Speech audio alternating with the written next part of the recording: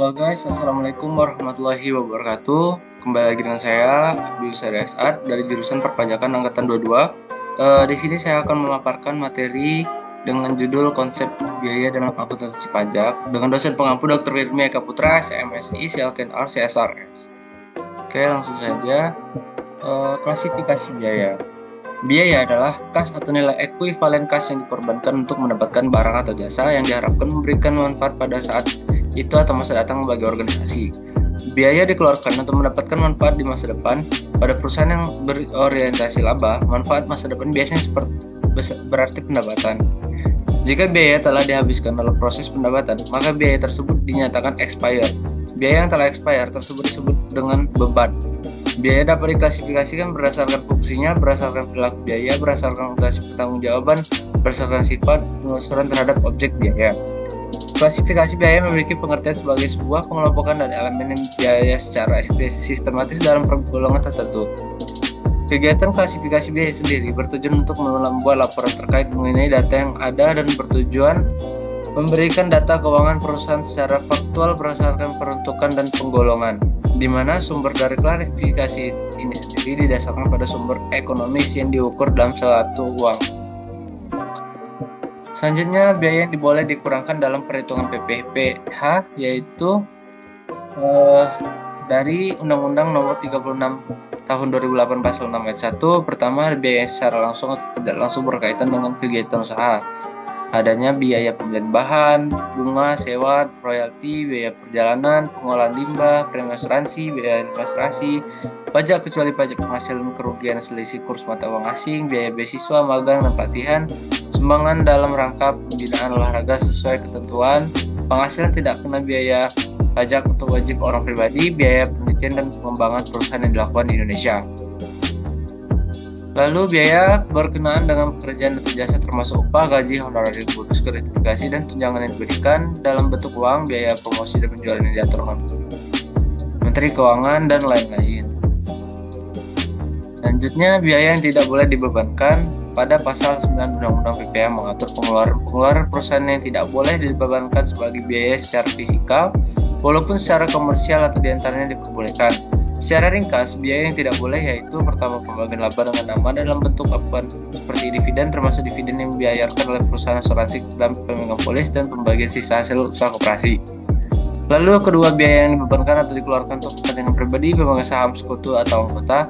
Ketiga, pembentukan atau mengumpulkan dana cadangan dengan syarat tertentu. Keempat, premi asuransi kesehatan, asuransi kecelakaan, asuransi jiwa guna, dan asuransi beasiswa yang dibayar oleh wajib pajak orang pribadi, kecuali jika dibayar oleh pemberi kerja dan premi tersebut dihitung sebagai penghasilan bagi wajib pajak yang bersangkutan.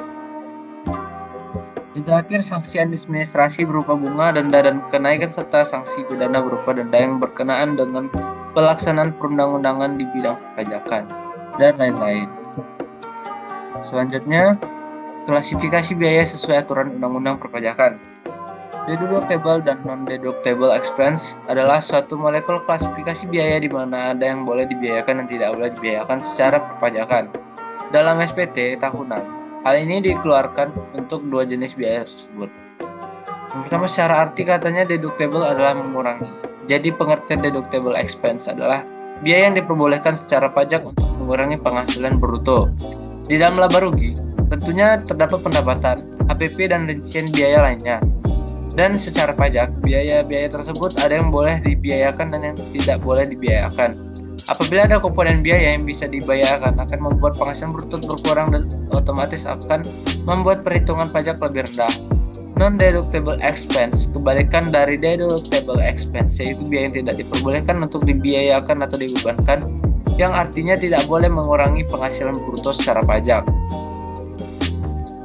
Lalu kompensasi kerugian. Kompensasi kerugian hanya untuk wajib pajak badan dan orang pribadi yang melakukan kegiatan usaha atau wajib pengupahan. Perlu dicatat bahwa kompensasi kerugian tersebut tidak berlaku bagi pajak seluruh penghasilan bersifat final, menggunakan norma perhitungan dan atau bukan merupakan objek pajak. Keempat, kerugian usaha di luar negeri tidak bisa dikompensasikan dengan penghasilan dari dalam negeri. Dengan kata lain, kompensasi kerugian merupakan suatu skema ganti rugi yang bisa ditetapkan oleh wajib pajak badan ataupun orang pribadi yang telah melakukan pembukaan apabila berdasarkan SPT tahunan PPh atau self assessment. atau berdasarkan ketetapan pajak atau putusan hukum dinyatakan mengalami kerugian fiskal. Nah, selanjutnya tujuan kompensasi kerugian. Kompensasi kerugian terdapat dua macam kompensasi kerugian, yaitu yang pertama kompensasi horizontal. Kompensasi diterapkan apabila wajib pajak dalam tahun pajak yang bersamaan memperhitungkan kompensasinya antara penghasilan suatu bidang usaha dan kerugian yang bidang usaha lainnya. Kedua, kompensasi vertikal. Dalam kompensasi vertikal WP mengompensasikan penghasilan suatu tahun pajak dengan kerugian tahun sebelumnya. Undang-undang pajak penghasilan mengadut kompensasi vertikal.